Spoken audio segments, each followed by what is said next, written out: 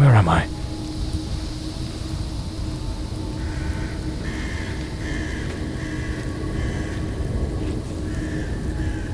I know it's following me. I can feel it.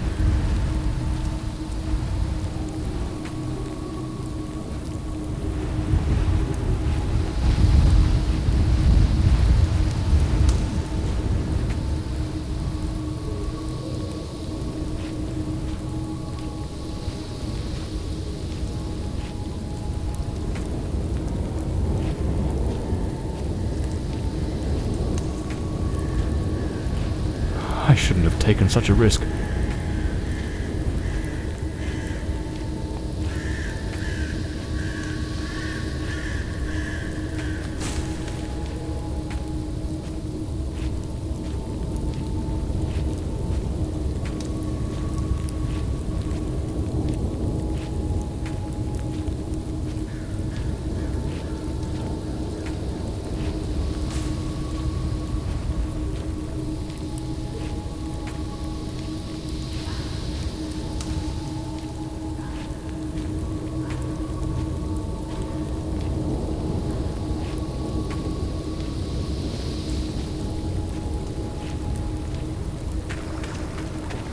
Sound.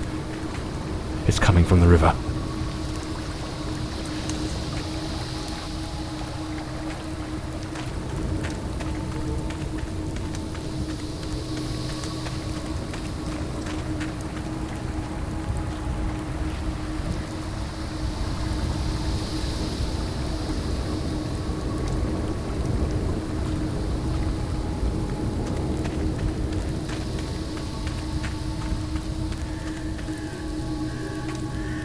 If it catches me, it will show no mercy.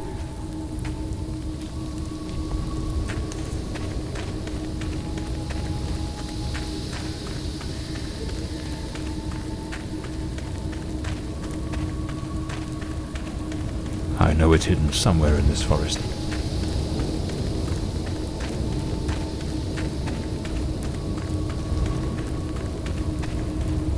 I should be able to see its light soon.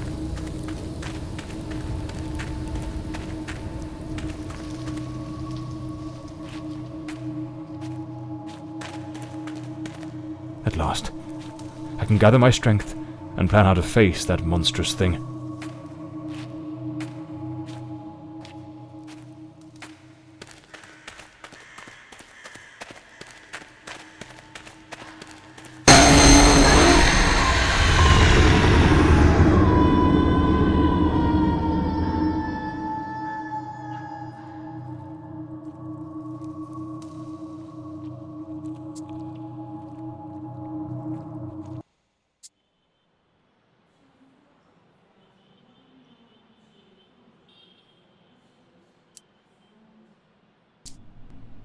The name's John Morley, private detective, and today is a momentous day. After enduring the most exquisite tortures at the hands of those blasted nurses, and being pumped full of enough medicine to fell an ox, today I'm finally free. Who would have thought that the case of the Red Shoes murder would end the way it did? A stormy night, soaked to the skin, wrestling that brainless killer on a rooftop. Then a slip and a 5-story plunge. It appears you're awake at last. We had considerable difficulty rousing you earlier this morning, so I deemed it best to let you rest a while longer. I bring you good news. The latest test results are favourable, and the doctor has authorised your discharge. You are now officially ready to go. I have placed your belongings on the table. Oh, and a lady stopped by this morning with some clothes from the dry cleaner.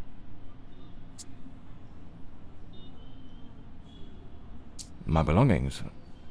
I thought everything was already in the room. There are a few valuables and some coins we kept for safekeeping. They are in the box on the table.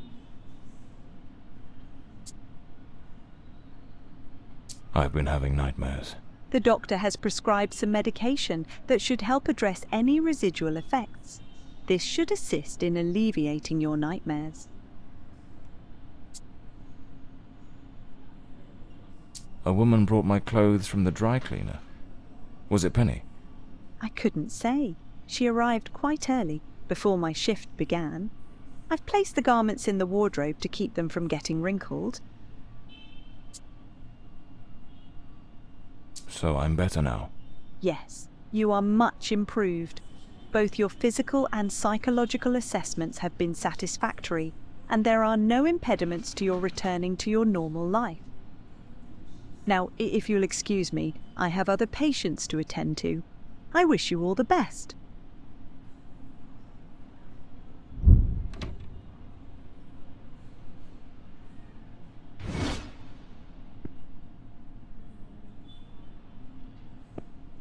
I'm not ready to leave just yet.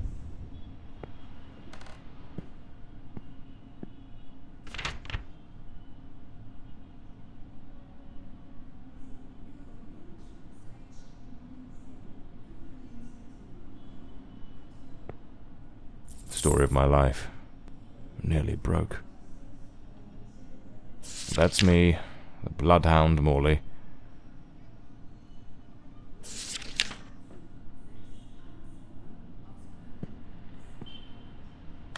Blimey, what a fall I took onto that rain-soaked pavement.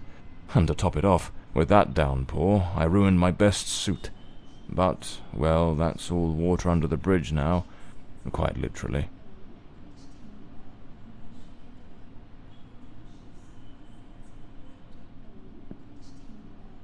Blimey, it's nearly noon. I must have lost track of time in those blasted nightmares. There's notes from Penny, my secretary. She must have left it here a few days ago while I was still under observation.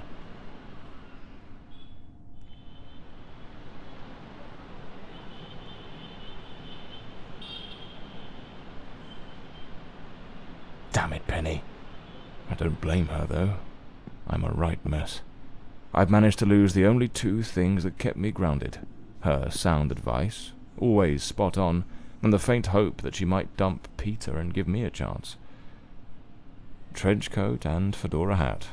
Every detective's must have.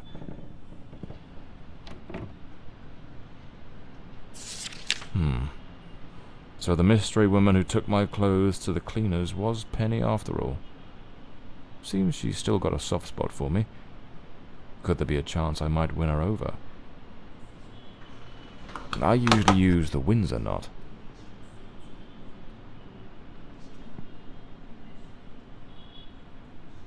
Well-structured shoulders, nicely padded, gives off an air of authority, keeps the crooks wary, and catches the ladies' eyes. Looks brand new. The collar's pristine. These do a fine job of hiding any belly. Can't complain about that. I should get myself a pair of derbies, or brogues. They're much more comfortable. Besides, if I slipped, it was because of those damned hard soles.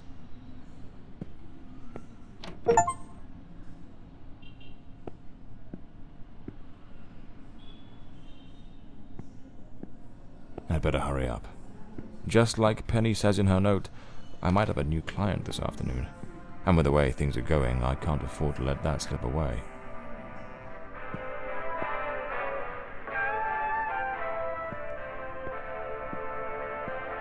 All right, let's get moving. Today's the first day of the rest of my life.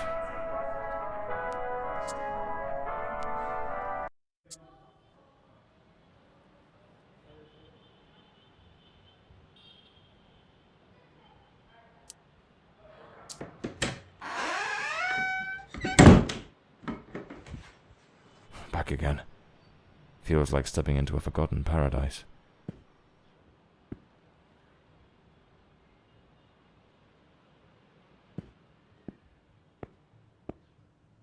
Everything's got that same old charm, and yet feels oddly new.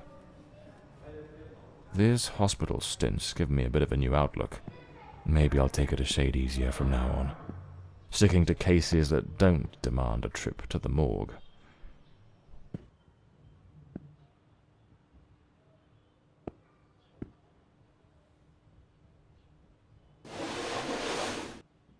Here they are, Penny's keys, just like it says in her note.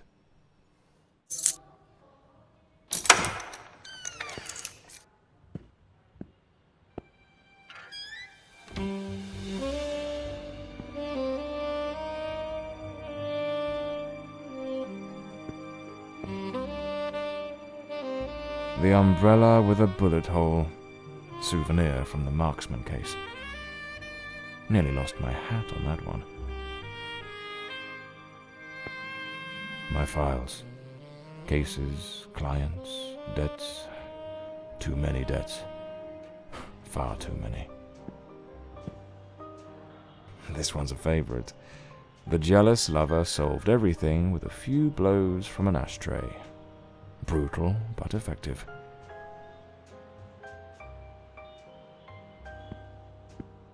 This case is worth its weight in gold. Everything you need for a portable lab.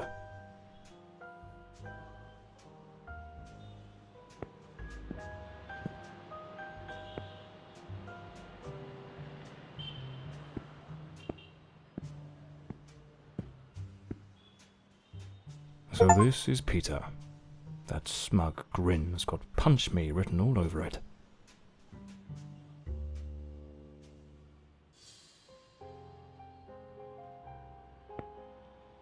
The case of the Red Shoes murder.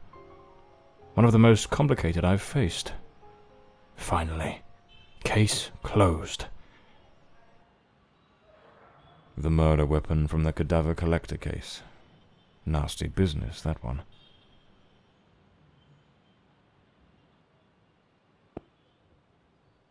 Penny's desk. I ought to give her a ring, and try to sweet-talk her into coming back. If this new client brings in some decent dough, maybe I could settle what I owe her, and use a little charm to win her over. Even the coppers missed it. The slant on the letter E. That's what gave away the typist in the black letters case.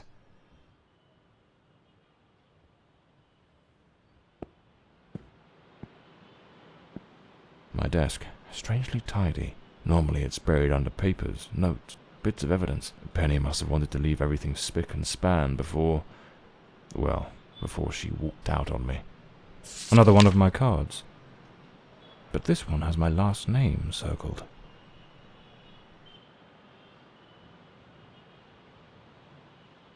The drawer. It's locked. But there doesn't seem to be a keyhole.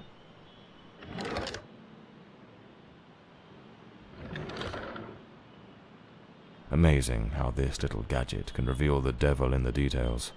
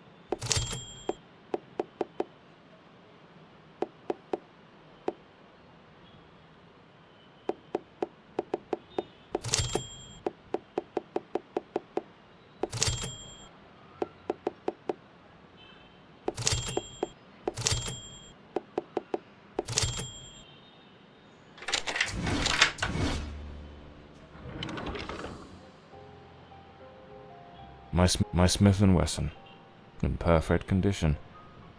You never know when it'll come in handy.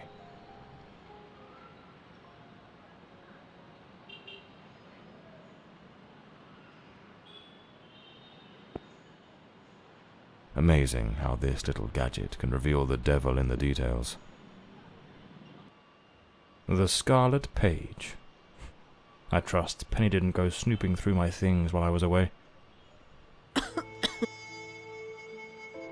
Oh, my apologies, madam. I didn't hear you come in. I was a bit distracted. Good afternoon, Mr. Morley. I trust your assistant informed you of my visit as promised. My apologies. I was rather engrossed and didn't notice your arrival. To whom do I owe the honour of this meeting? Lady Margarette Fordside, the 4th Countess of Blomsbury. Lady Margaret, could you tell me what brings you here today? How can I assist you? I shall endeavour to be as candid as possible. 20 years ago, when my daughter was just 18, she was brutally murdered.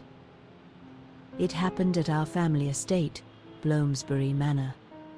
Someone slipped into the house unnoticed, and upon reaching her room, delivered 5 fatal stab wounds to her chest, lungs, and heart. The police, eager to close the case, hastily blamed and condemned 2 violent thieves who clearly had nothing to do with her death. The investigation was closed, and justice was never served. I am prepared to offer you £30,000 if you take on this case, and a further £30,000 if you can solve it and bring the true killer to light. Tell me, Mr. Morley, will you accept this case? I understand your distress, Lady Fordside. But before I commit to anything, might I trouble you with a few questions? By all means, Mr. Morley.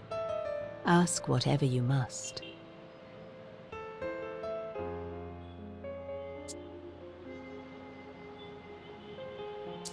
Tell me about Blomsbury Manor. Do you still reside there? After Elodie's death, I abandoned the estate. I couldn't bear to remain there, to live within those walls. Even now, when I visit the manor, it still feels as though I can hear her footsteps echoing through the halls, her voice humming that old melody, the delusions of an old woman who has mourned her daughter for far too long. Mr. Morley, no mother should ever have to bury her child. Should you accept the case, Blomsbury Manor would likely be the best place to begin the investigation. I shall not impede your work, as I now reside at Bedford Square, in the heart of the city.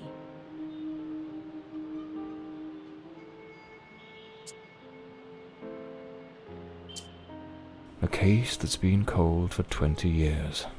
You certainly don't make it easy for me, Lady Margaret. What made you decide to seek out a detective now? For over 2 decades, I've fought tirelessly to have the case reopened, to prove that the real murderer escaped justice, but all in vain. Neither solicitors nor well-meaning police friends, nor even journalists hungry for a dark story have managed to uncover anything. Then one day, I read about your success in solving the case of the Red Shoes killer. Regrettably, I also learned of the unfortunate incident that left you hospitalized with grievous injuries. On the advice of your secretary, Miss Penny, I waited patiently for your recovery. And now, here I am.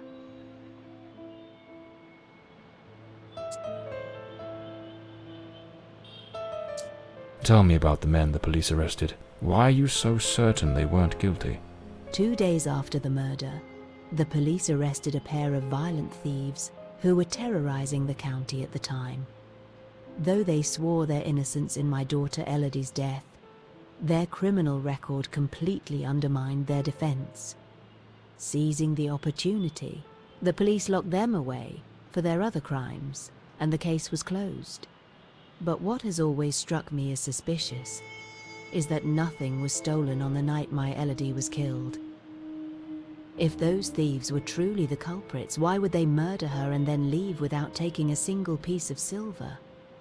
It doesn't add up, Mr. Morley.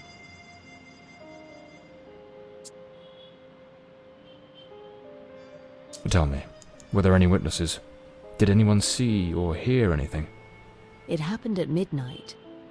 The house was practically empty at the time, with only a few servants and a guest who was sleeping in the west wing. I was the only one who might have heard something, as my room was next to hers. Unfortunately, I had taken a sleeping draught and fell into a deep slumber. It is a decision I shall regret for the rest of my days. Well, I believe I have all the information I need to get started. I accept the case, and will begin the investigation immediately. I'm pleased to hear that. My butler will bring you the £30,000 tomorrow morning. Now, if you'll excuse me, I have matters to attend to. Once you uncover the culprit, contact me at once, and I shall promptly deliver the remaining £30,000. Please, Mr. Morley, unravel this harrowing mystery that has tormented me for so long.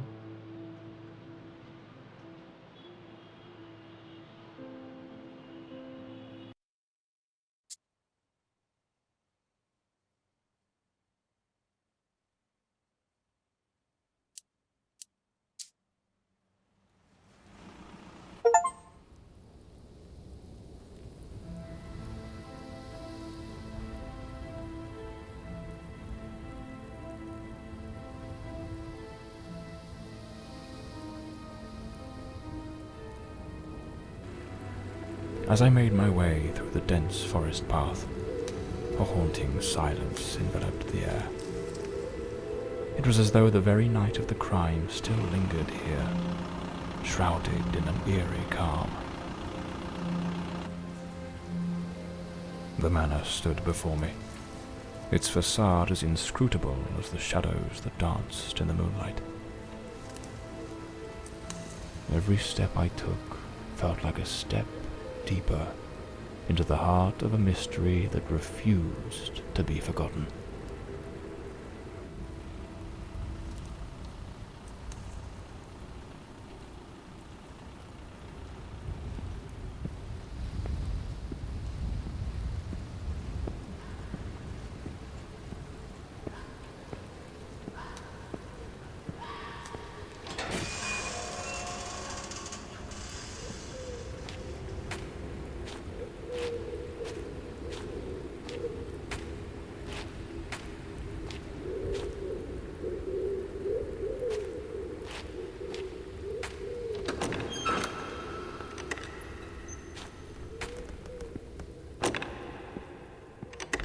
Not a sound.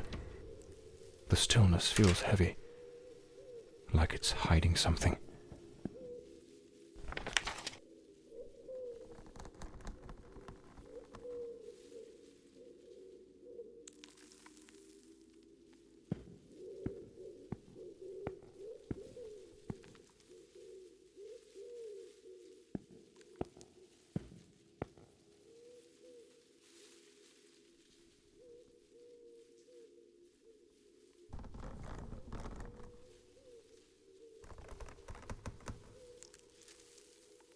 It seems Elodie had a passion for art, but her style wasn't exactly well received.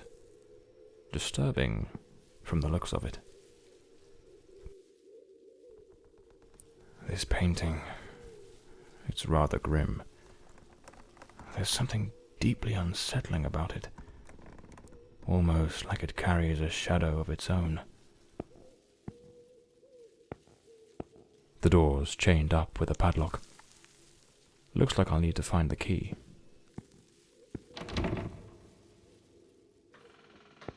A blue moon, fitting for a place haunted by its own secrets. Looks like the countess left this for me. It could be useful for getting around the place.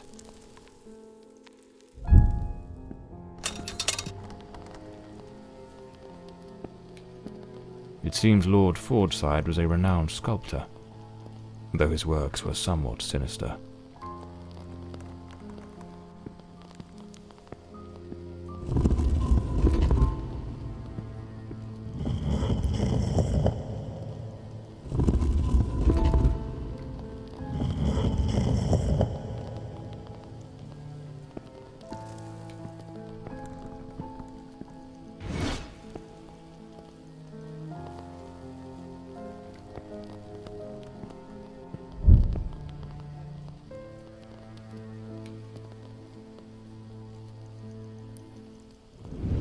So, the housekeeper left a note for the countess, asking her to meet here on the day of the murder.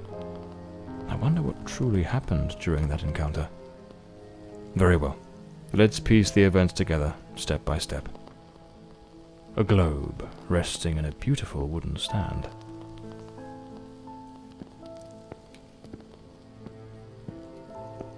Looks like this is the Fordside family book, showing some of their ancestors.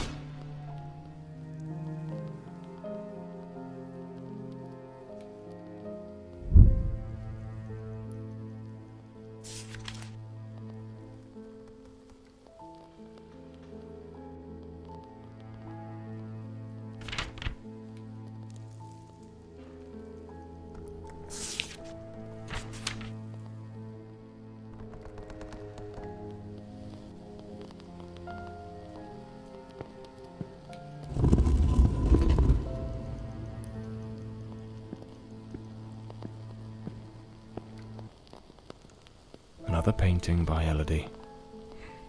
There's something deeply disturbing about her work. The lock has been concealed. This door must open by some other means.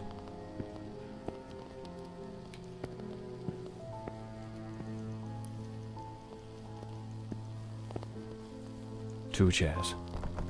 One of them knocked over. The housekeeper's cup is still here. Tea spilled across the table. She never got to drink it. Looks like someone arranged tea in the library that day. Lipstick stains. Same shade the countess wore when she visited my office.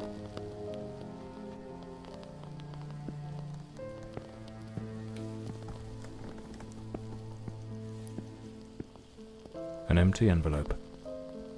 Did the housekeeper hand the countess a letter? It seems they met here. But something went wrong during the conversation. I am very angry. After all these years of service, this is how you repay me?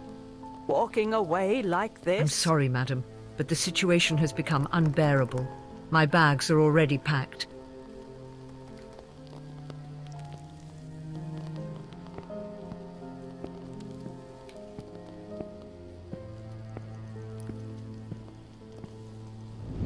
The countess threw the housekeeper out in a fit of rage. In her haste, the housekeeper forgot one of her bags. What was it that unsettled the housekeeper enough to abandon her post so suddenly?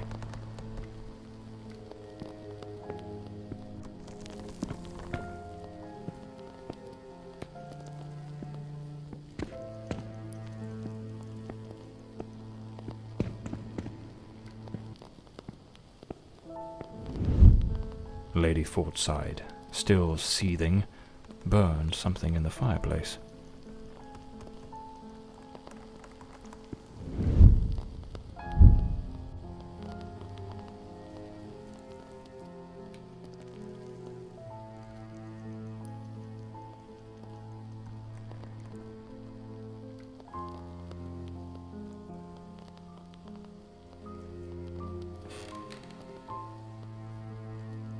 The housekeeper resigned.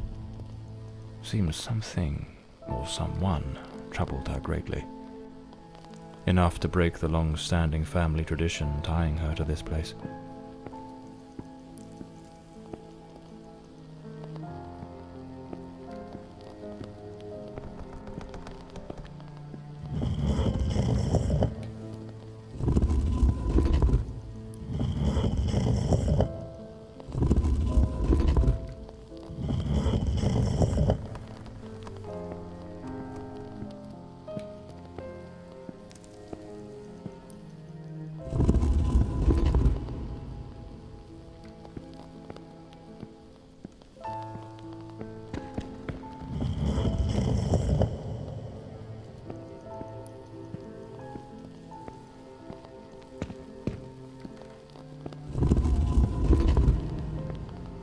The Fordside family crest, a rampant dragon, a time-honoured symbol across European heraldry, particularly among the English and the Welsh.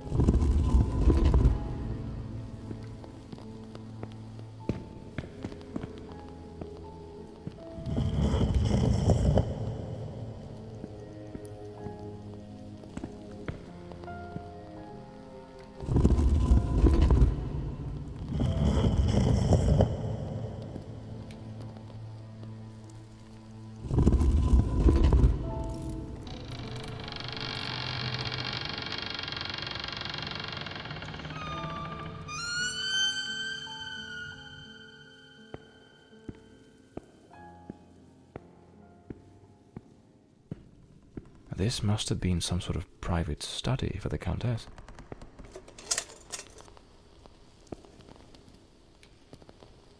Lady Margaret and a young woman. I suppose it's Elodie. They look happy. It was undoubtedly a better time.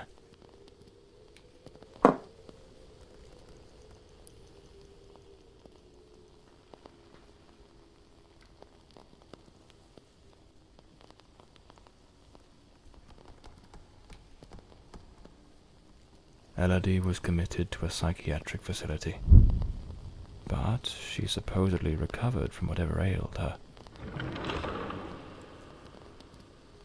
A British passport. Lord Fordside was undoubtedly a man of the world. An old pocket watch.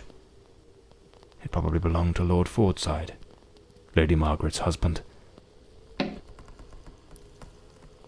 This looks like the key to the main hall. Could be my way into the heart of the house.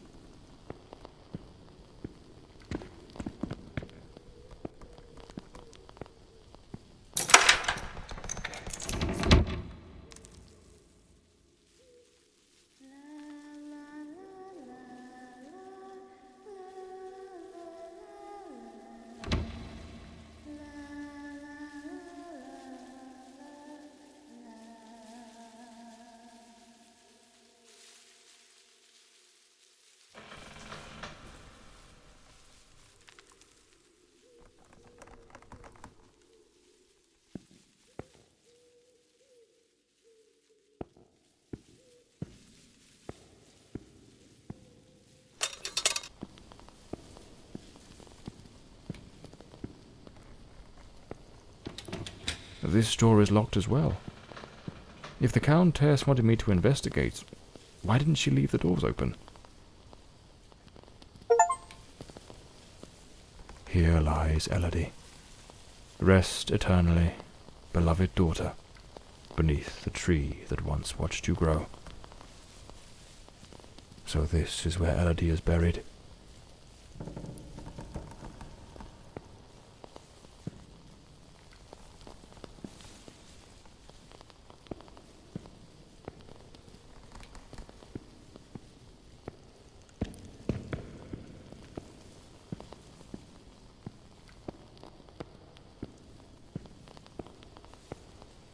Layers of dried oil paint, left untouched for 20 years. It's as if time stopped the moment Elodie laid down her brush. Feels like the room's holding its breath, waiting for something to stir.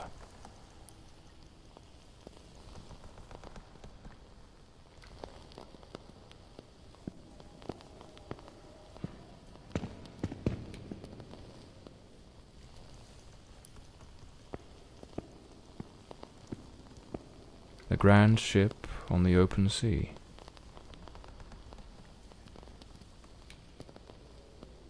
The sinking of a ship.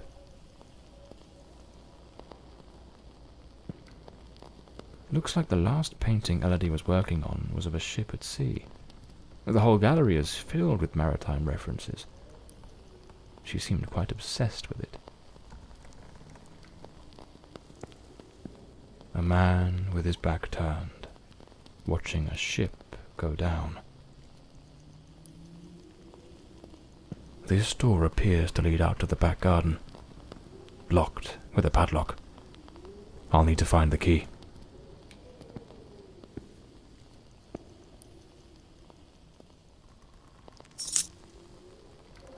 Looks like some sort of clue.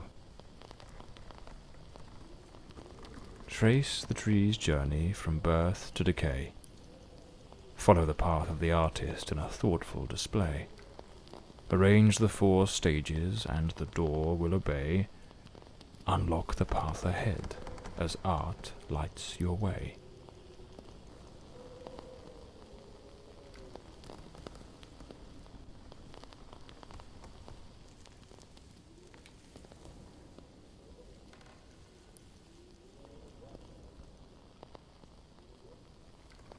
Lady Margaret took special care to secure the house, restricting access to certain areas.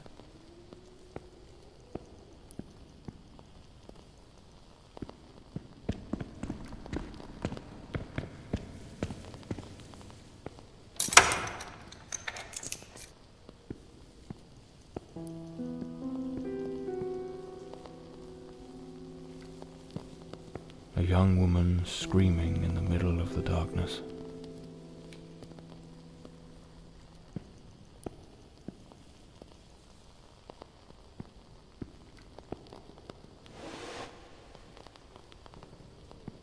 Some of these paintings are really dark and sinister.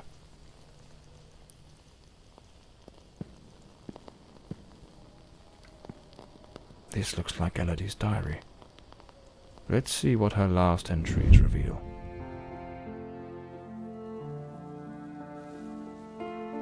I'm absolutely over the moon. Walter has written to say he is coming. I met him at the Western Sanatorium, and we have grown so very close. He was there recovering from the trauma of a shipwreck, where he tragically lost his companions. By sheer luck, he was rescued, but not before spending an entire year on an island living amongst the natives. He truly is an adventurer.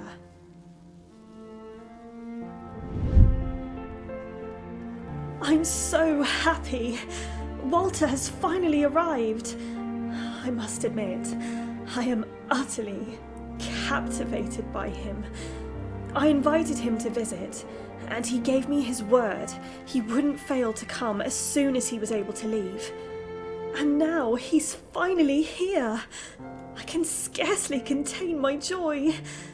It feels as though all the darkness has faded away.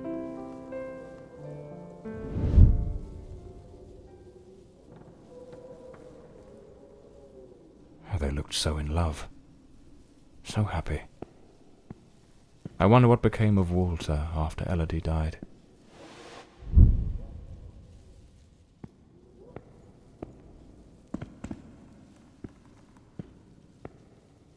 Those poor souls. Tragedy seems to have cast a long shadow over this family.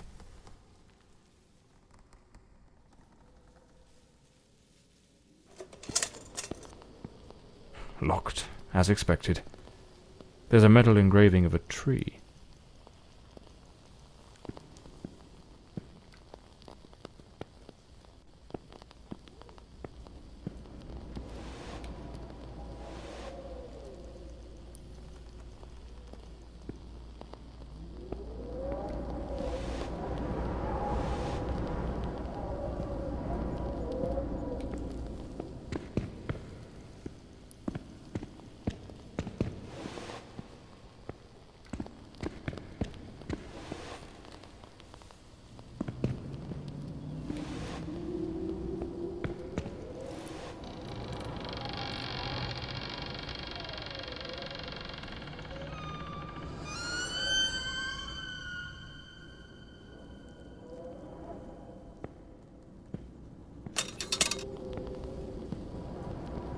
Looks like a commercial seaman's yearbook, listing ships and their crews.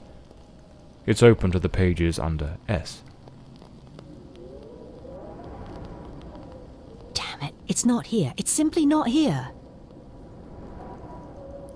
This must be the Countess's handwriting. What was she searching for?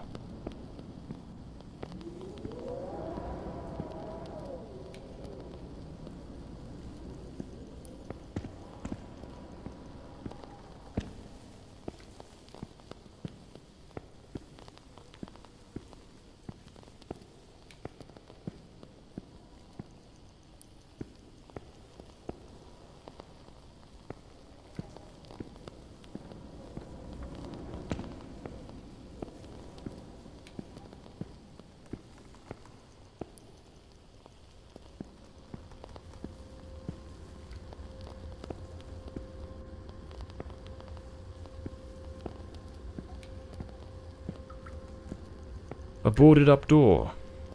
The access to the servants' quarters appears to be blocked for some reason.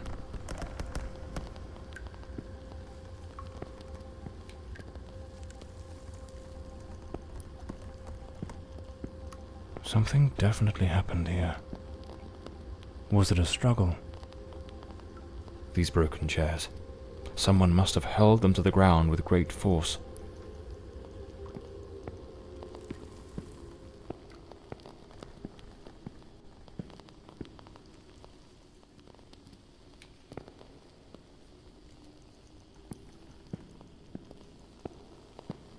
A silver knife is missing, and it's nowhere to be found. Likely taken by the same person who caused all this destruction. It looks like this vase was shattered, not just dropped, but smashed with intent.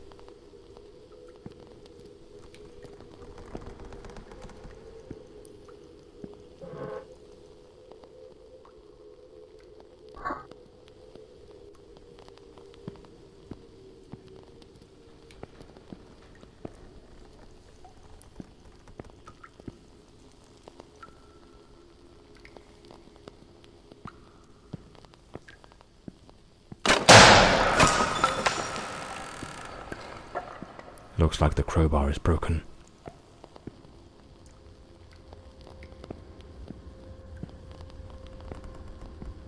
A good way to motivate the staff.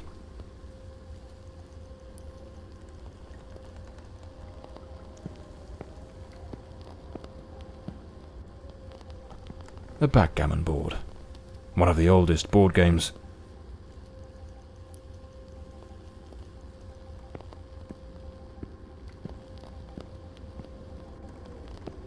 Miss Marva apparently knew her way around the tarot. What a dreadful spread, and what a chilling omen it revealed. Evil approaches. It will bring death, and lay ruin to the house and all who dwell within.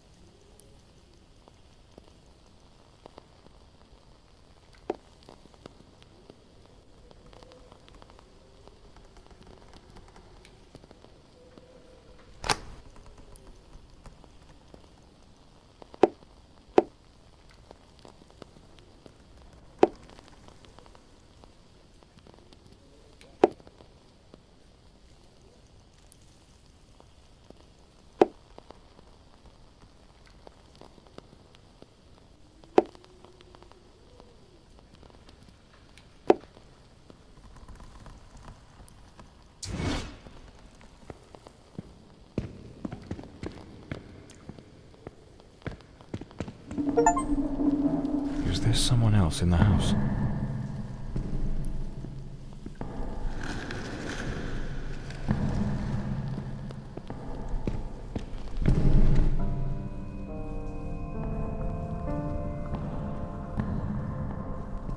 Who the devil is that man? He had a knife. I'm completely in the dark here. I don't think he saw me.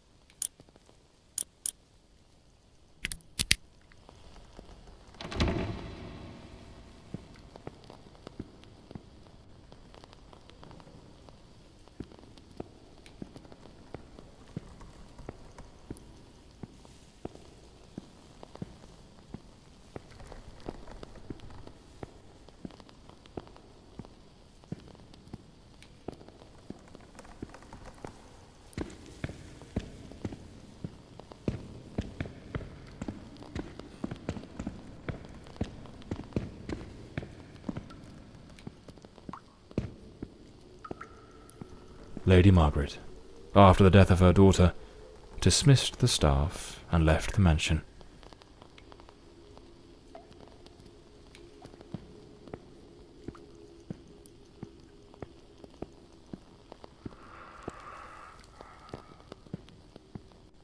A pair of blood-stained scissors stuck in the sink basin.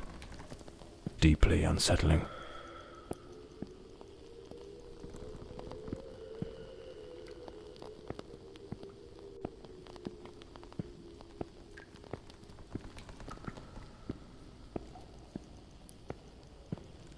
No doubt, this is the cook's room.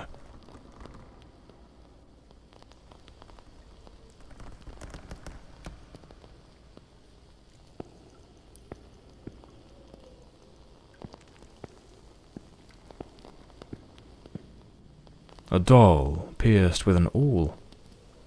A warning? The young maid was an avid fan of actor Valentin Rudolph. What a collection of posters from his films.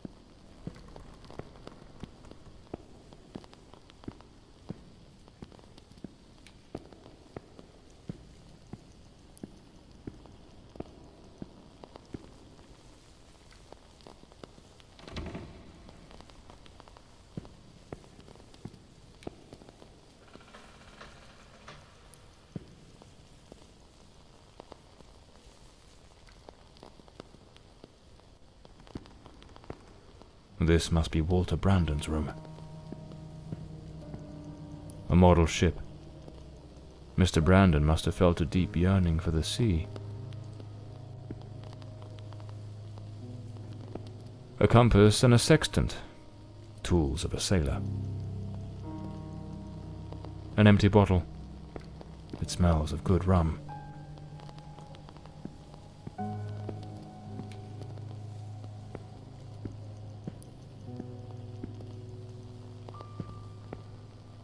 The diary of Walter Brandon. Perhaps it holds some clues about who he was, and what his involvement in this case might be.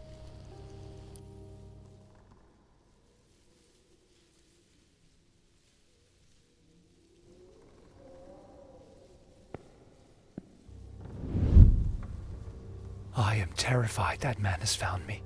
I fear something dreadful is about to happen. Tonight as I awoke, I saw him, standing at the foot of my bed. I could not make out his face, but his knife. The gleam of its blade shone in the darkness. I sprang up suddenly, determined to confront this stranger. Grabbing the heavy candlestick from the nightstand, I hurled it with all my strength. He vanished into the dark. What on earth happened? Did Walter also see the mysterious man with the knife? It's absurd. This occurred 20 years ago. Surely that man can't still be lurking about. Can he?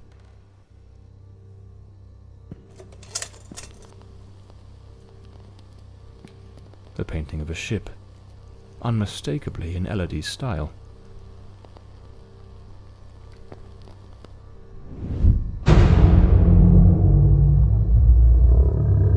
Coming here was a grave mistake. He has followed me, watching and lurking in dark corners, waiting to surprise me. I dare not tell Elodie. She would think the one thing I dread most for her to believe. I see him again from the window, watching me. His long hair and beard obscure his face, and he still holds that knife. He means to kill me.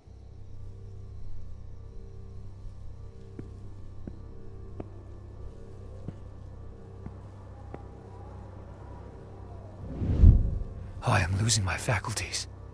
It is best I return to the ship. Everyone seems to be conspiring against me. The housekeeper despises me, accusing me of misconduct. Perhaps I'm not a man of refinement, but I know what respect is. Yet this morning, as I woke from my rest, she was enraged with me.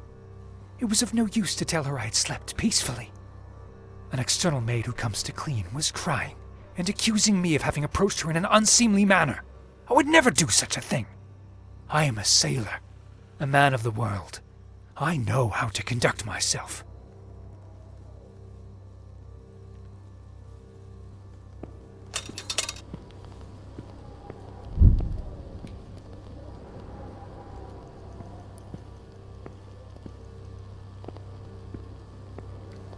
The last entry in the diary, dated the very night of the murder.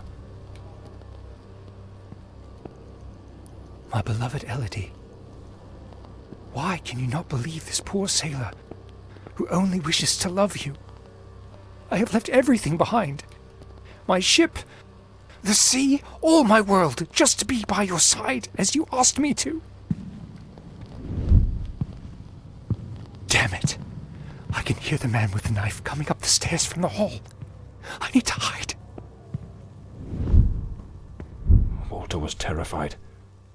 What in the devil was happening here? It seems this trunk was all Walter owned. I should take a look at it. A photograph of Elodie. No doubt Walter cared for her deeply. Seems I'm not the only one with a fondness for hats.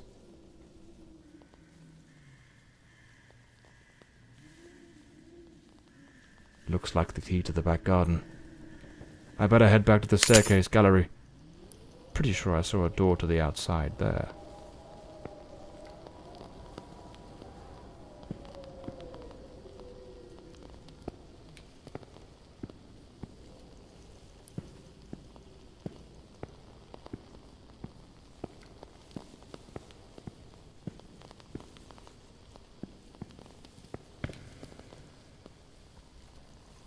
Another boarded-up door. The question is, was it sealed before the murder? And why?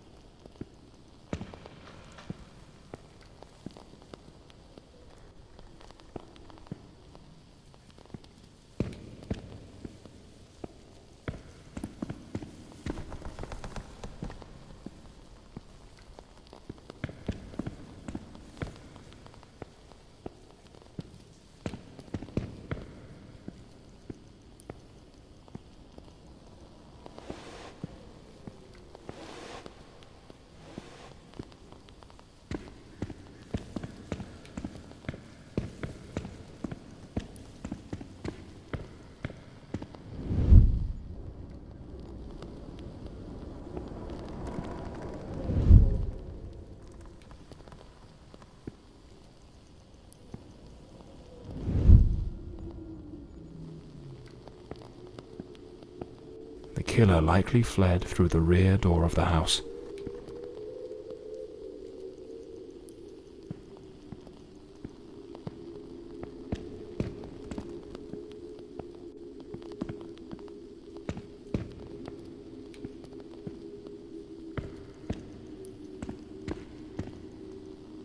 at that old fountain in the garden, now little more than a basin of stagnant water, one can still make out the faint impressions of bloodied hands.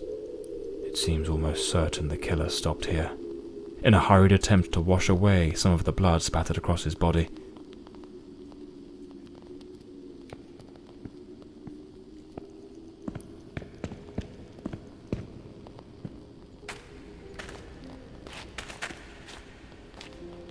Here's the missing kitchen knife, undoubtedly the murder weapon.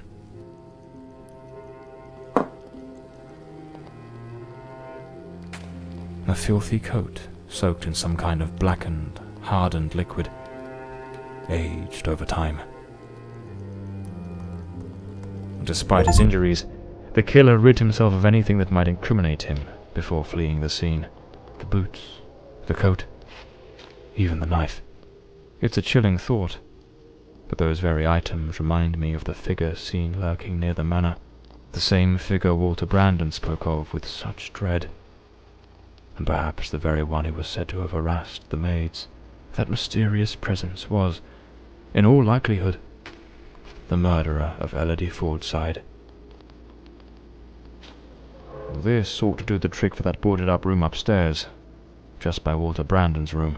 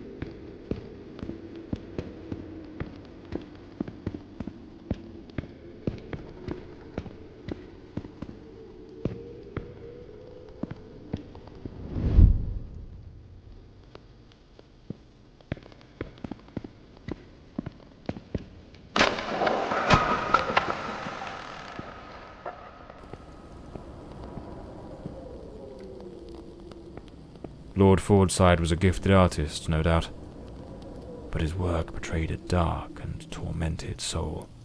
This unfinished fallen angel stirs in me a curious sense of unease, almost repulsion. Unlabeled liquor bottles. The damp and the passing years have likely worn away whatever once marked them. There's a distinct scent of wormwood, the plant at the heart of absinthe. Thujone, its active compound, could provoke hallucinations. Visions said to come straight from the goddess Artemis herself. A sharpening wheel. Lord Fordside likely crafted his own chisels.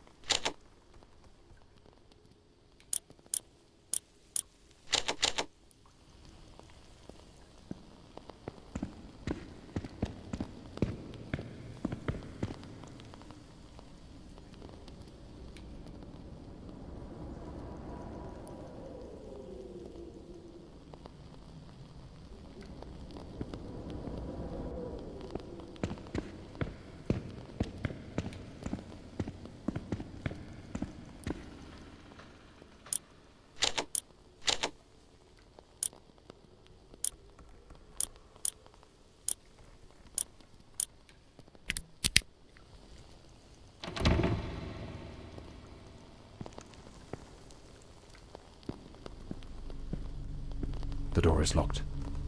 I'll need to find the key.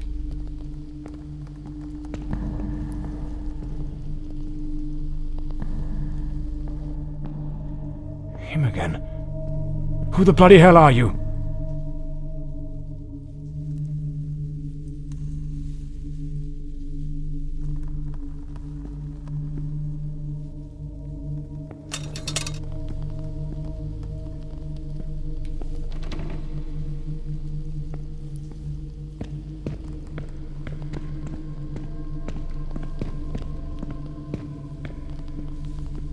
Where's that man gone?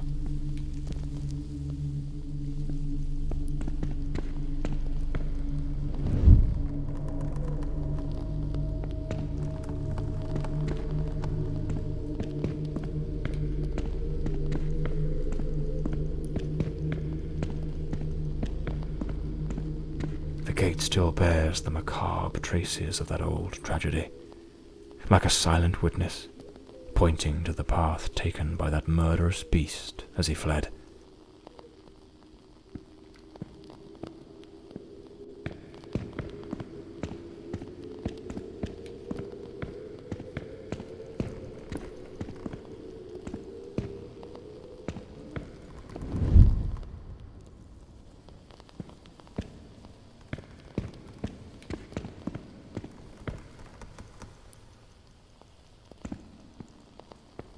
This room looks like it belongs to a woman. Lady Margaret, perhaps?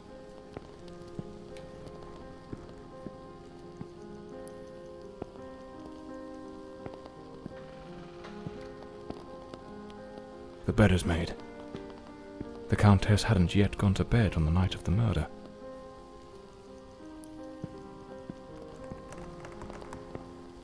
Seems Lady Margaret was reading in the chair that evening. The book's still open, right where she left it. It's a damn fine bottle of wine. No one in their right mind would open a vintage like this and leave it abandoned, unless something rather urgent interrupted the evening.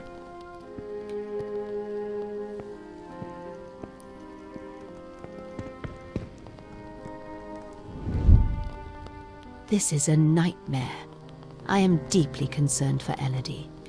The housekeeper has long been warning me about Walter. I have made some inquiries, and nothing is as it seems. Elodie remains blissfully happy with him in the house. I am at my wit's end.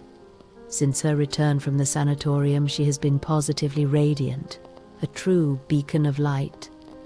They go out together and seem to have a splendid time. He appears very close to her. This is in stark contrast to the picture painted by the housekeeper, which is a complete contradiction.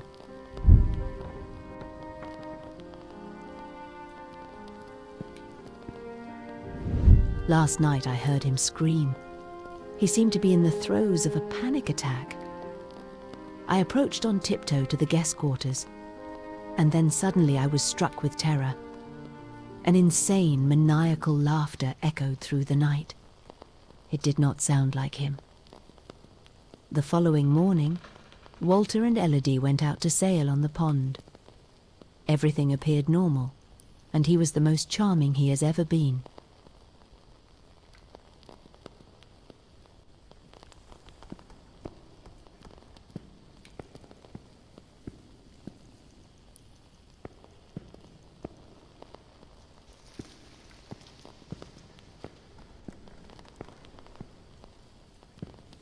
I should finish gathering all the clues from the countess's room before exploring other parts of the house.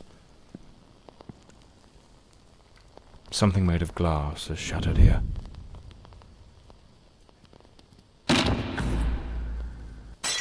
Oh my God, what is that noise? It's coming from Elodie's room.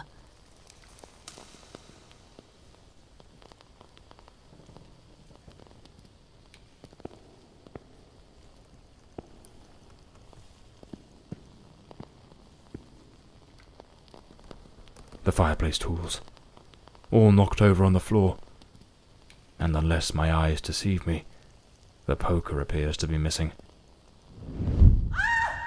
Oh my God, Elodie! Lady Margaret, quite agitated, grabbed the fireplace poker and rushed toward Elodie's room. A key. Likely the one to Elodie's room. Lady Margaret lied to me. She hadn't taken any sleeping draught that night. She could have heard the attack and rushed to see what was happening. Why did she hide this from me? The more I investigate, the more convoluted it all seems. I should head to Elodie's room to search for answers.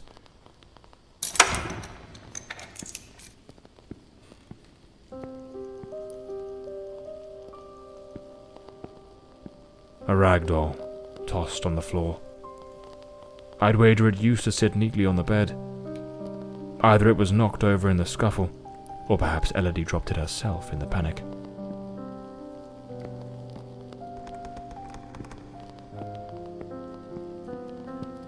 Photograph of Lady Fordside and Walter Brandon. If my memory serves me right, looks like it was taken at Westland Asylum.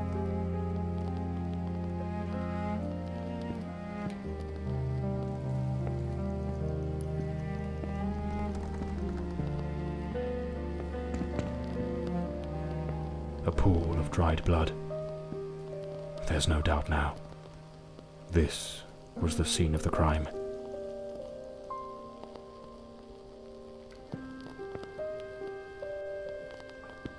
There was a struggle here, clear as day. Not a clean break-in. The killer wasn't subtle.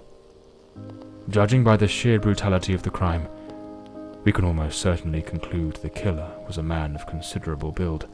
The blood-stained coat, found alongside the greenhouse knife, suggests that the mysterious figure seen loitering nearby may, in fact, be the very same individual who committed the murder. They say the killer always returns to the scene of the crime. But 20 years have passed. Why now? Let's attempt to reconstruct the events, just as they might have unfolded that night, and try to understand precisely what happened.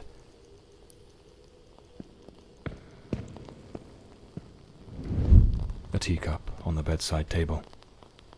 Elodie must have lain down that night, perhaps already drifting to sleep.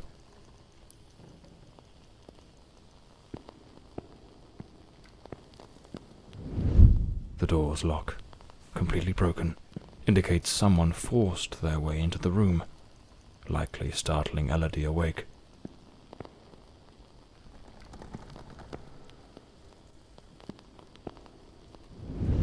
Elodie tried to flee, but the killer cornered her near the vanity. She lost her balance and fell, breaking the dresser and chair.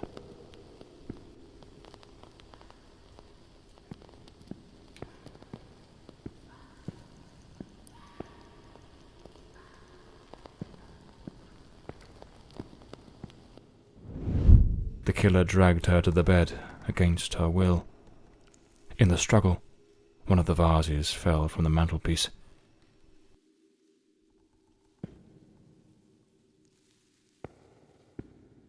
On the bed, the killer stabbed her mercilessly, again and again, staining the sheets with blood.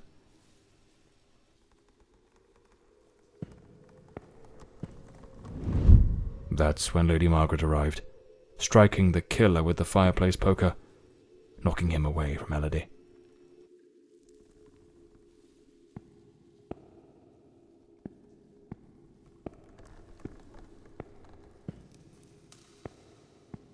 Wounded, the killer fled the scene, but it was already too late. Elodie was already dead.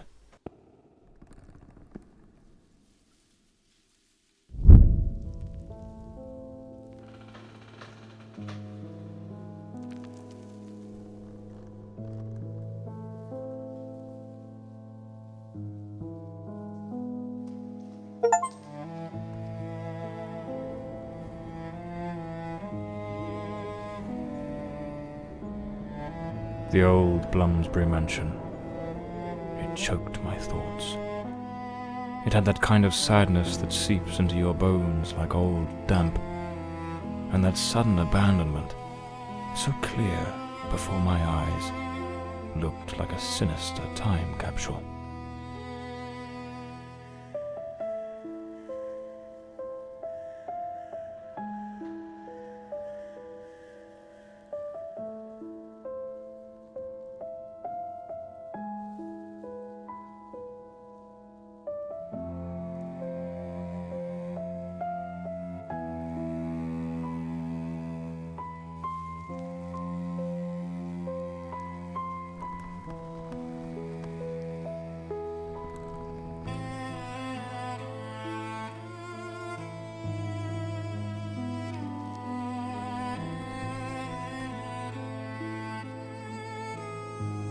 one thing was certain.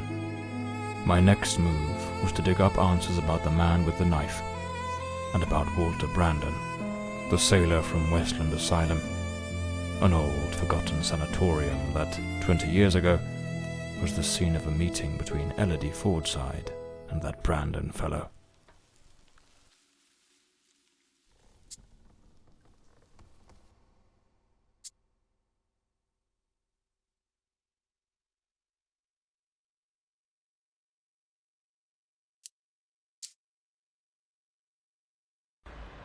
It was an ungodly hour when my battered car crept along the winding, shadowed road leading to Westland Asylum.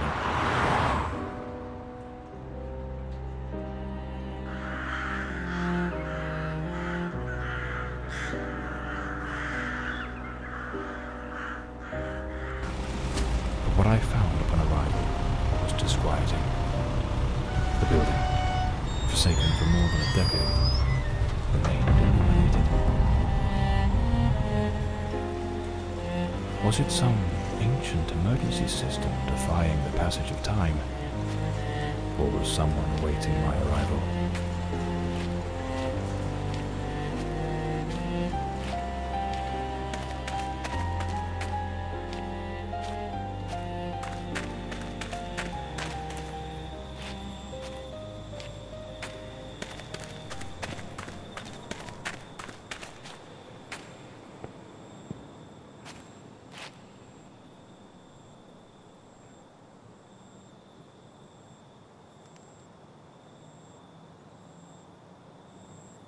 So, there's an alternative entrance, hidden somewhere in the wall of the asylum.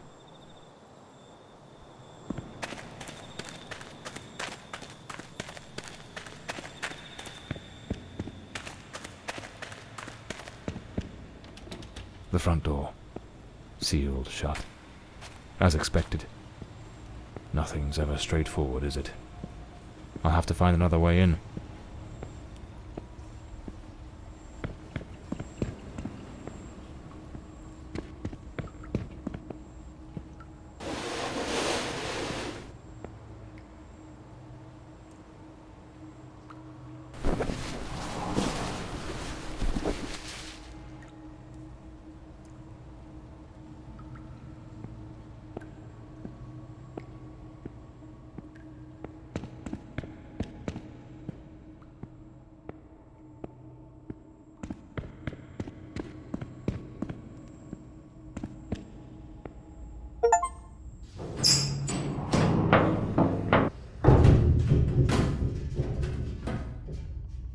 Bloody hell, it's pitch black in here. Looks like I've stumbled into what could be the kitchen.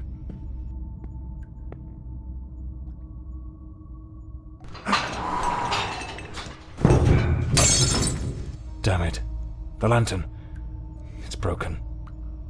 I'll have to manage without it for now.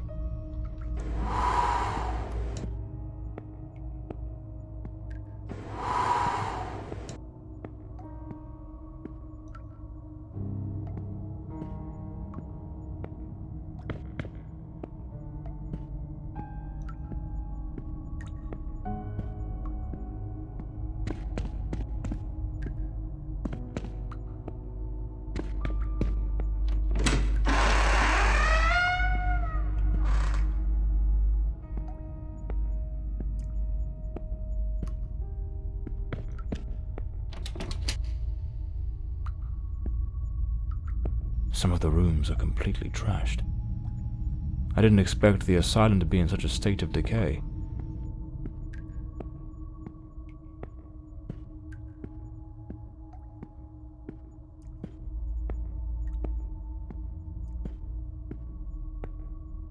Westland Asylum was a top place in its good old days.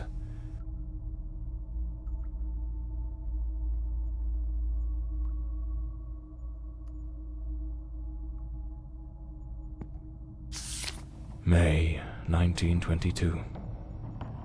This letter was written half a year before Elodie's murder. It's possible she was still a patient here at the time.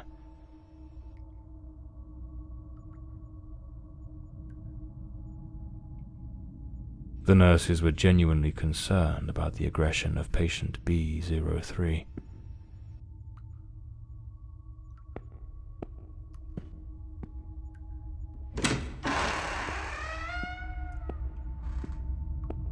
A bloody handprint. Someone injured must have leaned against this wall.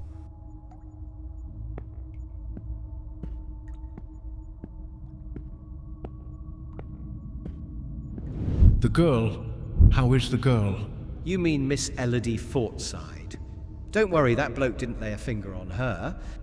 But you took quite a knock. This is going to smart.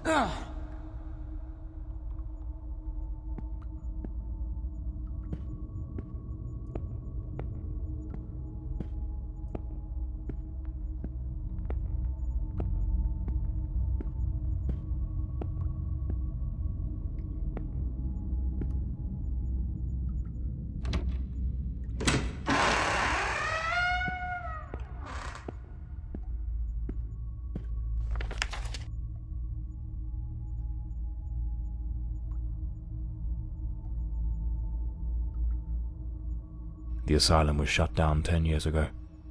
Judging by the state it's in, they probably had no choice but to close it due to the building's condition. Some basic rules, but quite necessary, I must say.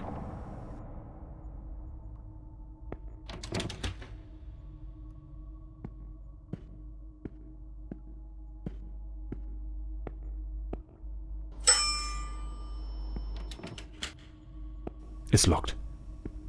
Without the key, I won't be able to access the upper floors.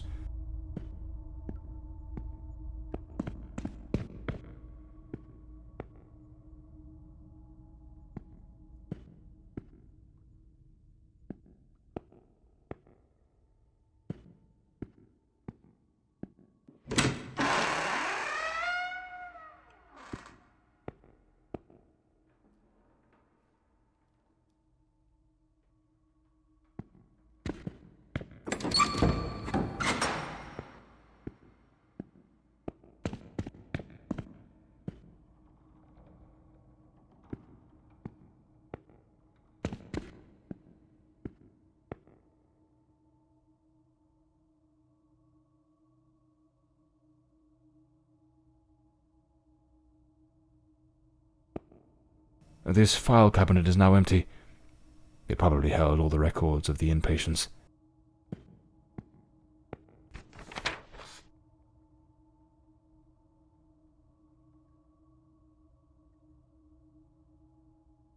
I need to find Dr. Sheridan's office.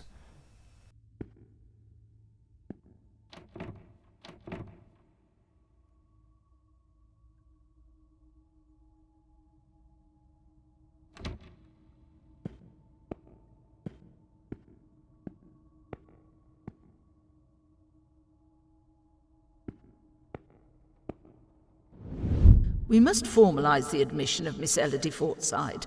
I have her file here. That girl? What do you think of her? I don't quite know. She seems a good girl. I do hope she recovers soon.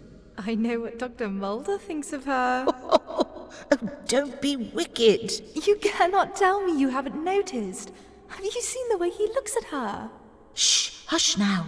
Someone's coming. It seems the nurses were gossiping about a certain Dr. Mulder, who appeared to be especially taken with Elodie.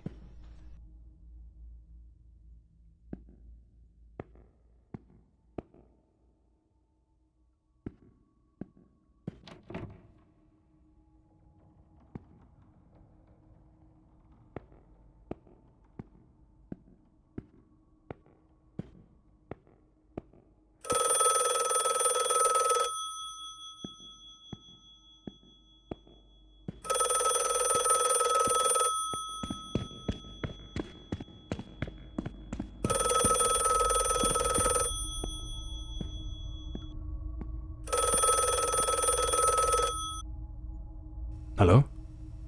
Hello? Can you hear me? Mr. Morley, is that you? Lady Margaret? Mr. Morley, I'm so relieved to hear your voice. I've been trying to reach your office, but I couldn't get through to anyone. It's awfully late at night, Lady Margaret. How on earth did you know I was at Westland Asylum? Well, I was already in bed, truth be told, but there was something on my mind. A vital detail I'd forgotten to mention. I called your office, searched for you at the mansion, and when I couldn't find you there, I assumed you might be investigating at the asylum. I see. Very resourceful of you. Now tell me, what is this detail of such importance? Oh yes, of course. I almost forgot. You see, the truth is, I'm afraid that you're not alone. What the devil does that mean? Hello? Lady Margaret?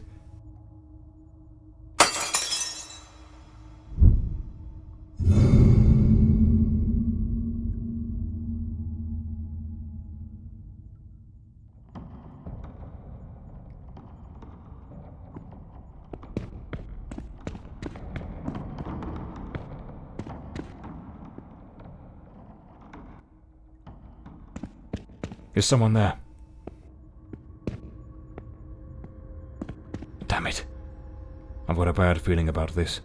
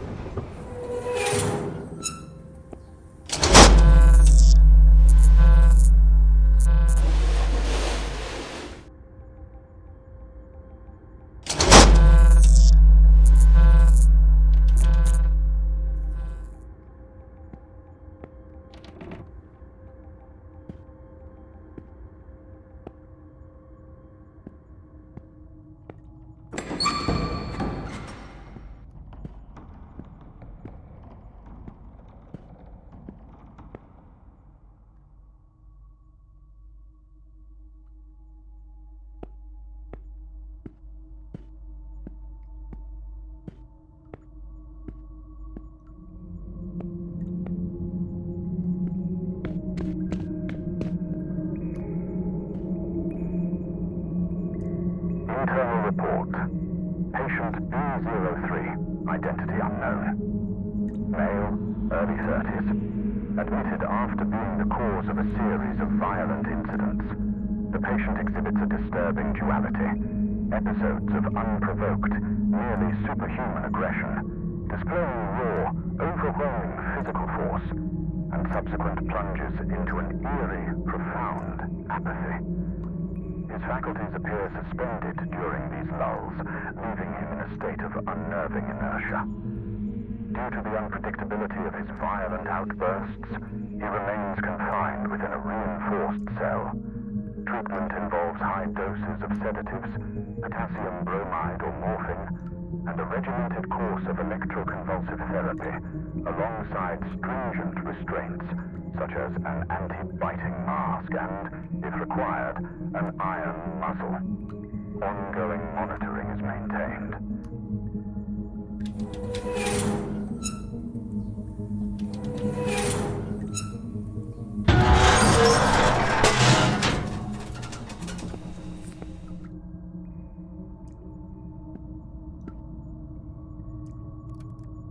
Internal report. Patient B02. Mr. Norbert Clark, 45, from Sanderson, is a persistent pyromaniac whose actions have repeatedly endangered both property and life. Despite his seemingly frail build, he harbors an alarming compulsion for fire setting, a tendency exacerbated by intermittent episodes of disorganized thought and incoherent speech under duress. His unsettling, fixed gaze suggests the planning of covert schemes, amplifying his threat. To mitigate risk, he is isolated in a secure cell, thoroughly cleared of flammable materials. His management includes a regimented program of sedatives and antipsychotic medications to stabilize his manic and schizoid symptoms, with vigilant oversight maintained.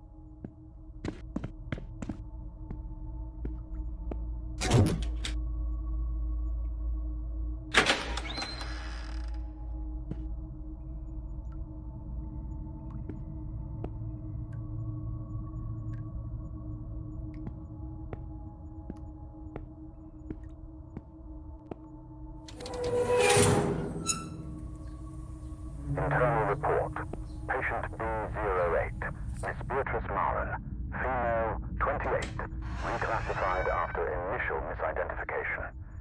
Miss Myron presents with severe self-destructive behaviors. She engages in autosarcophagy, self-cannibalism that has markedly compromised her physical integrity, and compulsively ingests her own hair.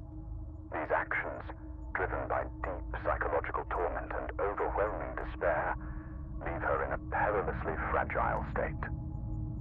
As a precaution, she is secured in a straitjacket and confined to an environment entirely devoid of any utensils or objects that might facilitate further self-harm.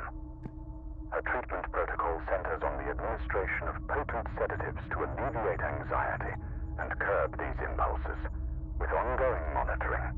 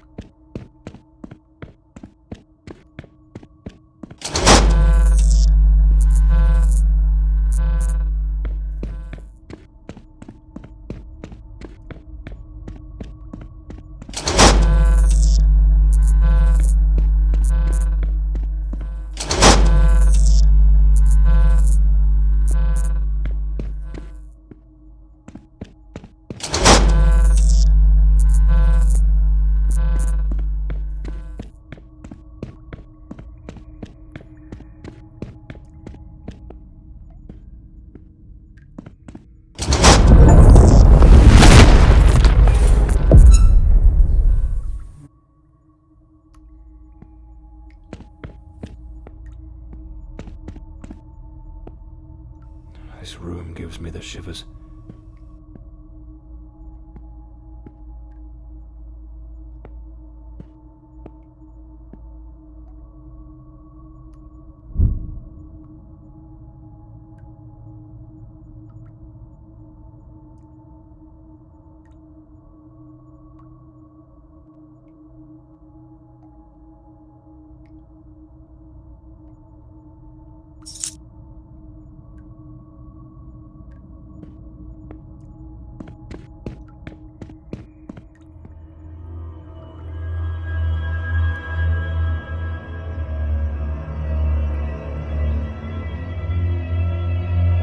I need to hide.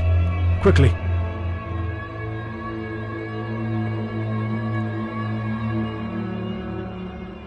I can't hear it. Could it be gone?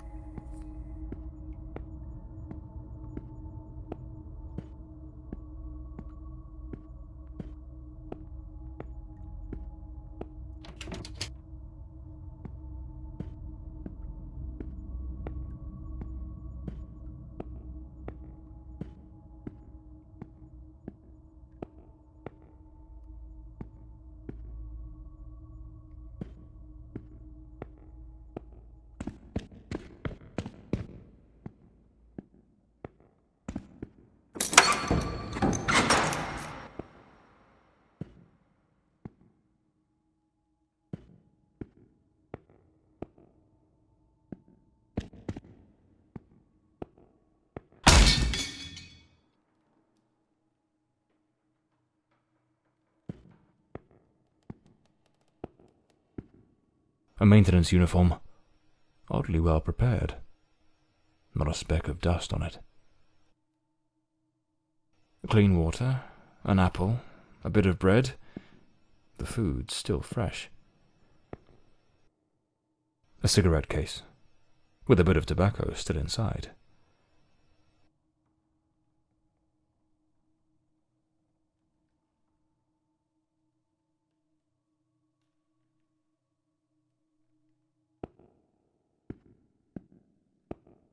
Looks like someone's been coming through here. Perhaps this is what Lady Margaret meant in her call. Or was she trying to warn me about something else?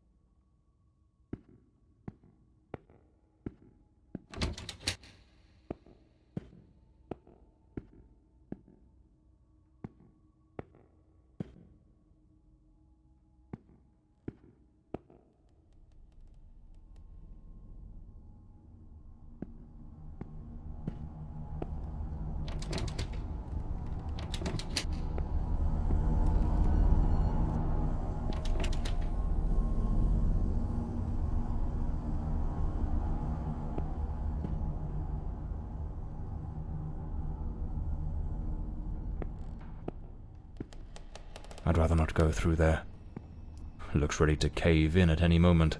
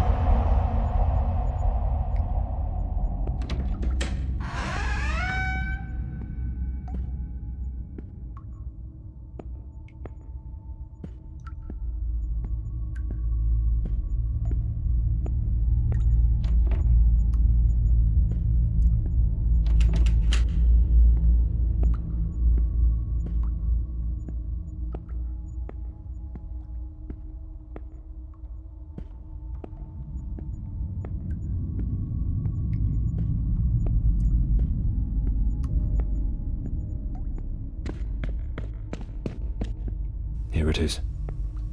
Dr. Sheridan's office. This is where I'll find Elodie and Walter's records. Wait. No, it can't be. There he is, in the photo. Dr. Sheridan in the center, and right next to him, it's him. The man with the knife. That wild mane, that unkempt beard, it's unmistakable. But what's he doing here? And he's holding a book. I need to get to the library.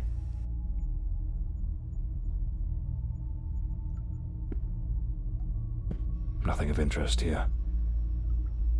Elodie's record. Patient at the sanatorium.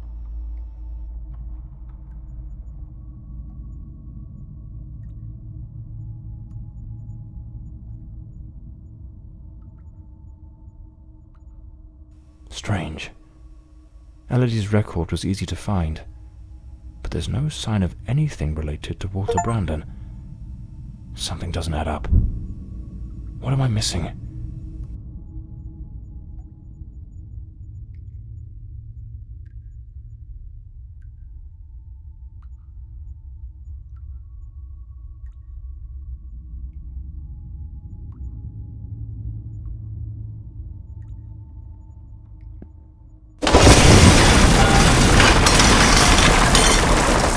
What was that noise? Sounds like something just came crashing down.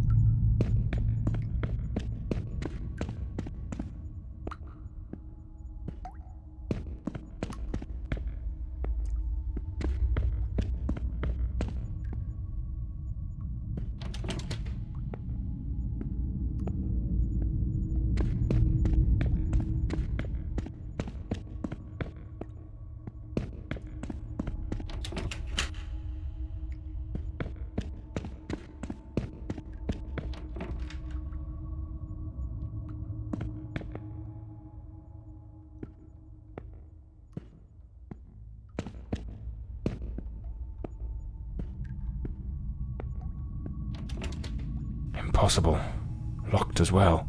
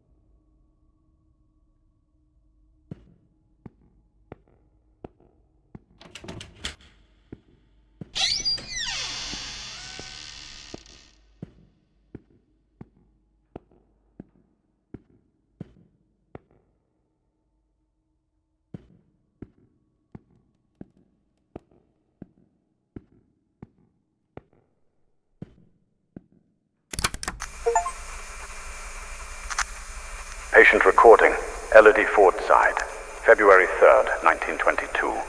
Daily record number 23. Let us begin. How are you feeling today, Miss Fordside? I feel well. Elodie, we have discussed this before. If you do not tell me how you truly feel, we will make no progress. I feel a little sad, perhaps. I am alone here. I miss my mother and having company.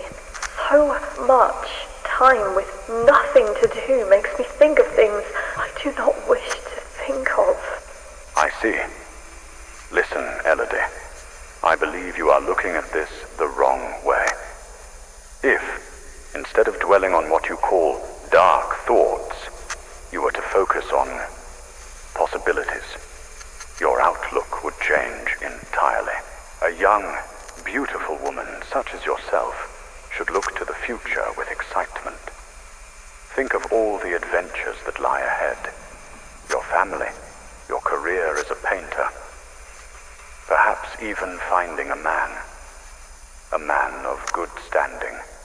One who could protect you from your demons. A man? Tell me, Elodie, is there no man who stirs your heart? What in God's name do you think you're doing? Miss Fordside, you may go.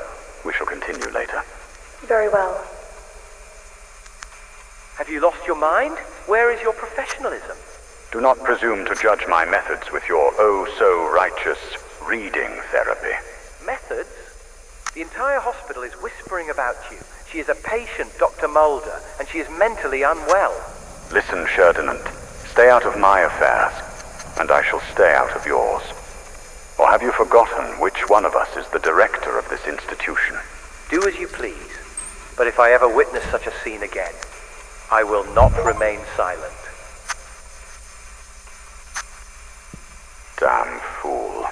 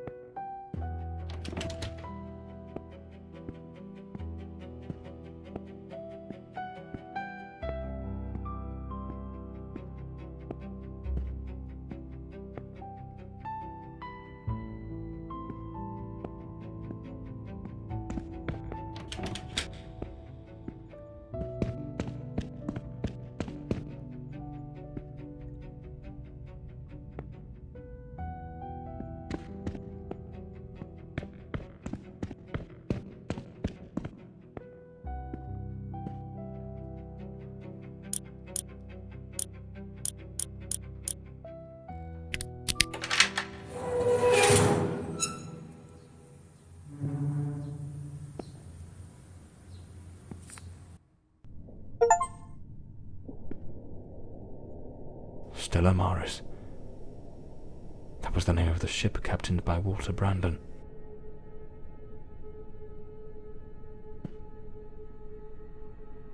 A ship's old helm, tied to the bed, as if it were the quarterdeck of a vessel.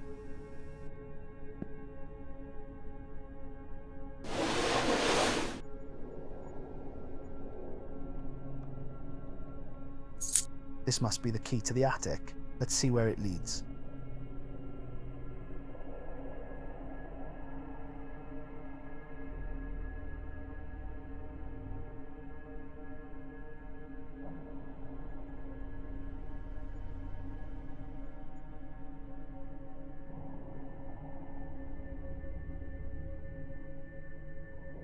That hospital screen is positioned like the sail of a ship. This room is the room of a madman.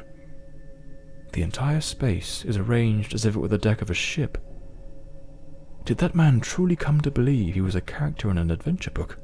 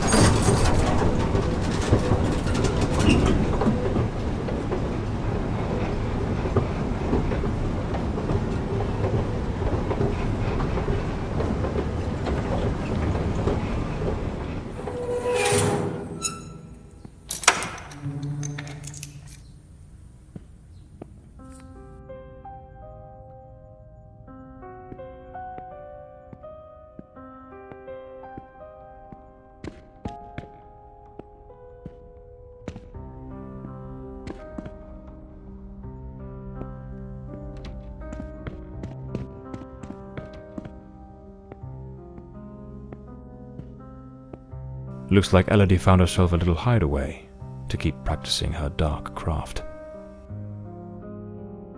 Powerful drugs for depression. Anxiolytics. The girl improved, but it seems the doctors were baffled by her mind. Elodie found painting, and with it, a way to spill the shadows that crawled through her mind.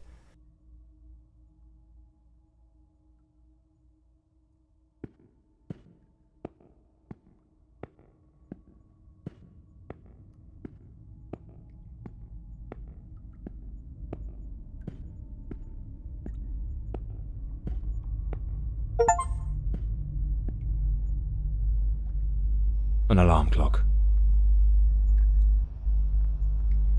Their secret hideaway.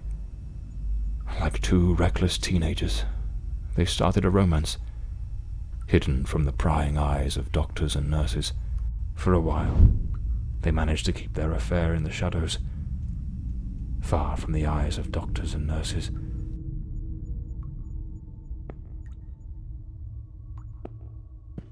A pair of scissors and a comb. Elodie put in real effort to make him fit the mold of her ideal hero.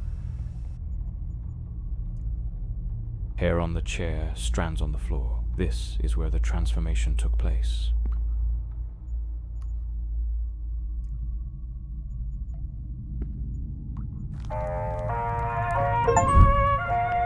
She remade patient 1365 in the image of her most secret longings.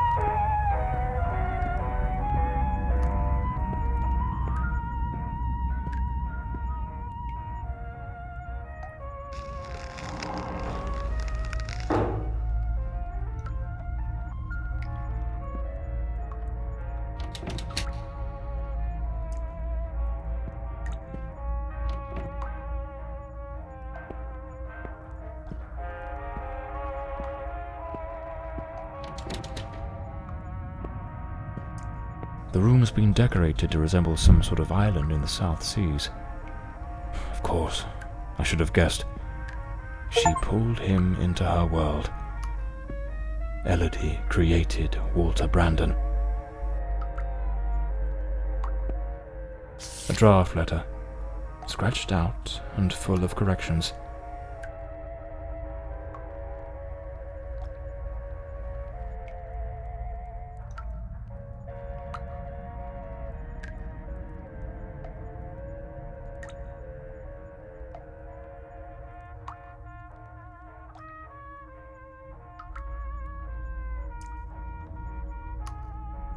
She goaded him into leaving the sanatorium. That man was desperately ill. But Elodie's selfishness outweighed what little sense she had. She pushed him too far. If I pieced this together correctly, that Walter was never really Walter at all. There was another personality. She called it the Shadow, a dominant, dangerous force that surfaced again and again in his life. The threads are beginning to unravel, but I need to see this through. What truly happened to Walter Brandon?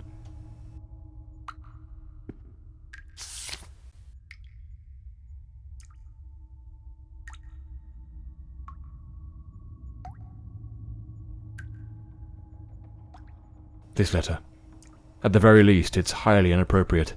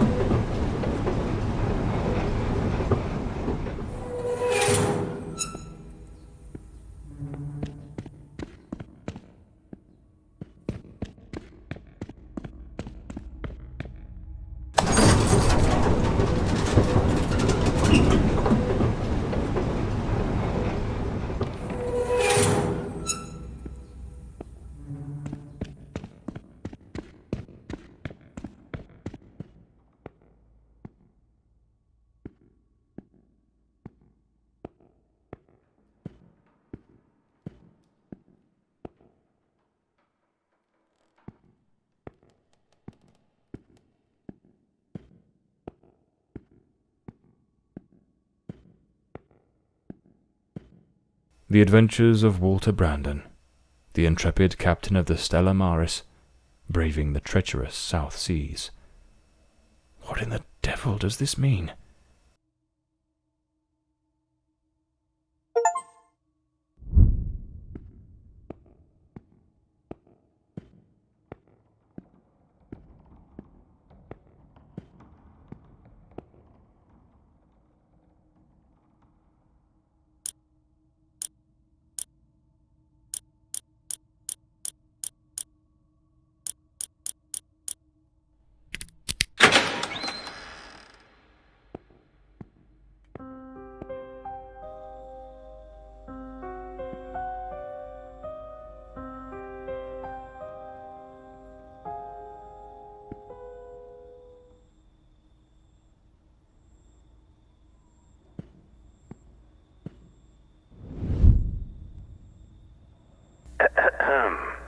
Patient number 1365 returns after an absence of 4 months. He's in a state of utter disorientation, perspiration pouring off him, and good heavens, there's a severe wound to the skull. His clothes and hands are covered in blood, and it doesn't appear to be his own. He cannot recall his name, nor anything that's happened during these past months. Seems to have found his way back here more by some strange instinct than by memory itself. The personality once known as Walter has vanished entirely, as has the entity we refer to as the Shadow, though given his nature, I cannot say with certainty it isn't still lurking beneath the surface. We have treated cases of dissociative identity before, but never one such as this. His appearance, his voice, even his build and weight change quite drastically. Now he looks frail, gaunt, empty, as though there's nothing inside, as though he were but an empty shell, waiting to be occupied. His condition calls for far stricter supervision. This institution is no longer equipped to care for him. I am ordering his immediate transfer to St. Dymphna Hospital. Dr. Former, a specialist in matters such as this, will take him under his care. As I near the end of my tenure as director, I must see this case brought to a decisive close. The blood upon his hands, the emptiness in his eyes, all point to an act of the gravest kind. One his mind appears to have erased entirely. God help us, if the Shadow should ever wake again.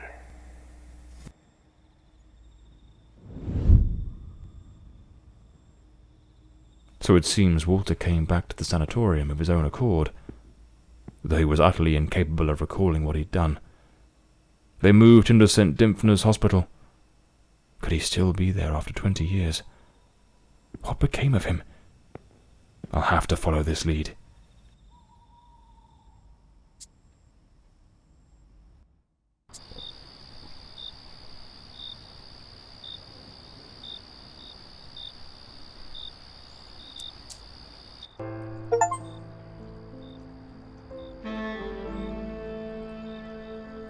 That man returned to the new sanatorium, remembering practically nothing.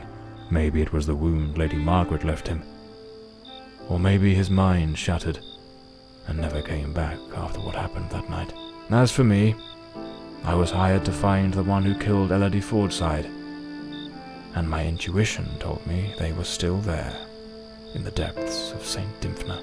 I sensed that the end of the road was waiting for me in that place.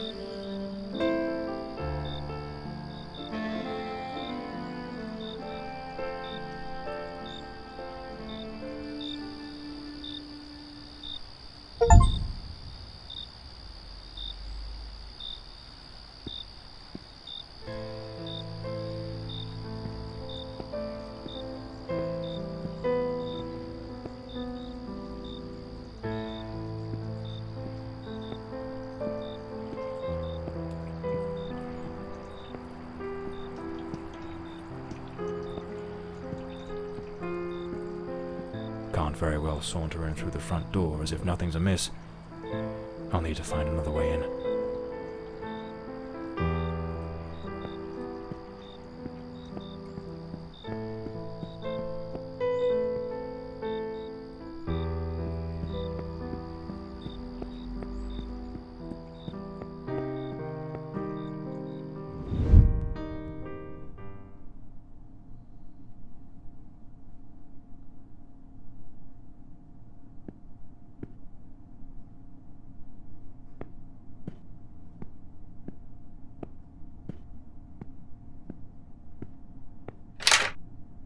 It's locked.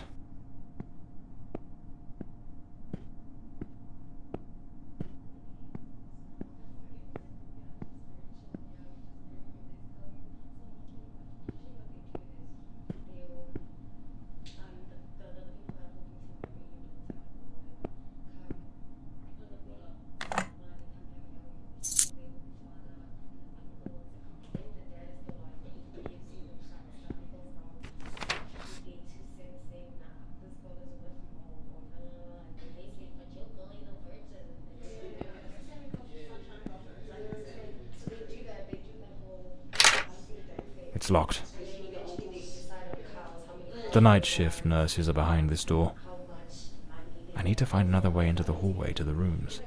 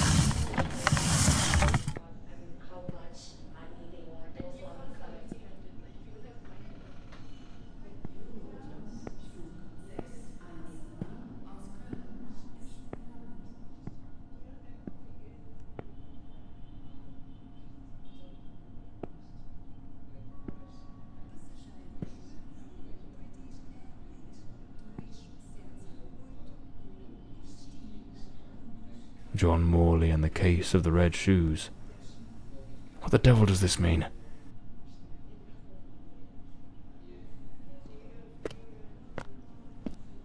Lady Margaret.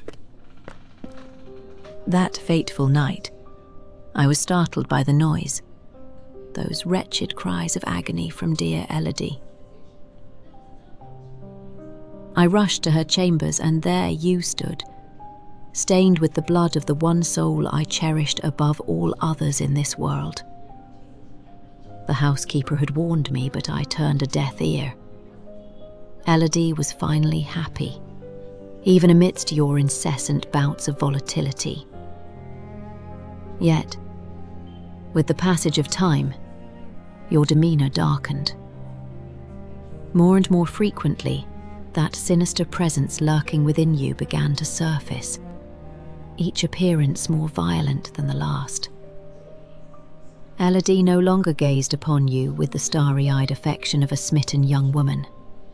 The atmosphere in this house grew suffocating, fraught with an unbearable tension.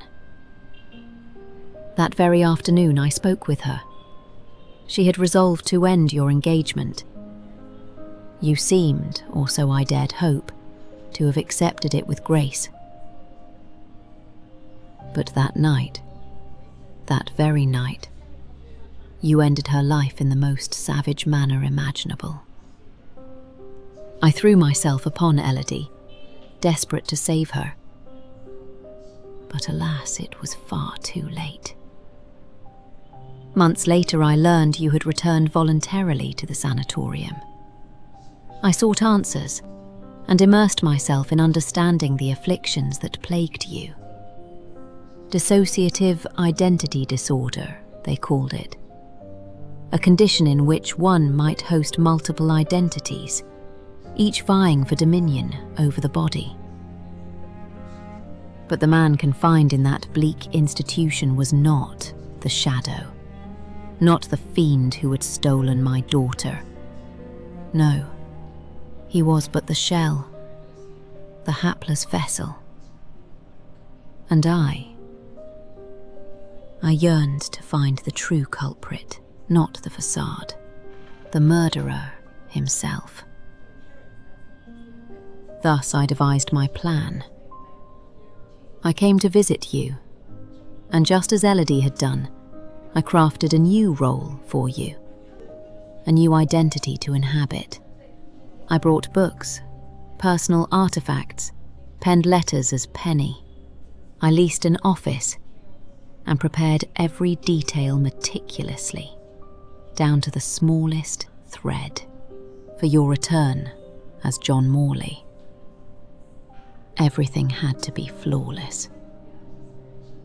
And why, you may ask? To make you remember, to awaken the shadow, to summon forth the murderer from the abyss of your fractured mind. John Morley is a good man. Walter Brandon was a spirited young sailor, brimming with love for Elodie. But the shadow was a merciless, unrepentant killer. I wanted to destroy the murderer who had stolen my daughter. But I could never bring myself to harm an innocent man. My obsession, my singular purpose, was to awaken the shadow.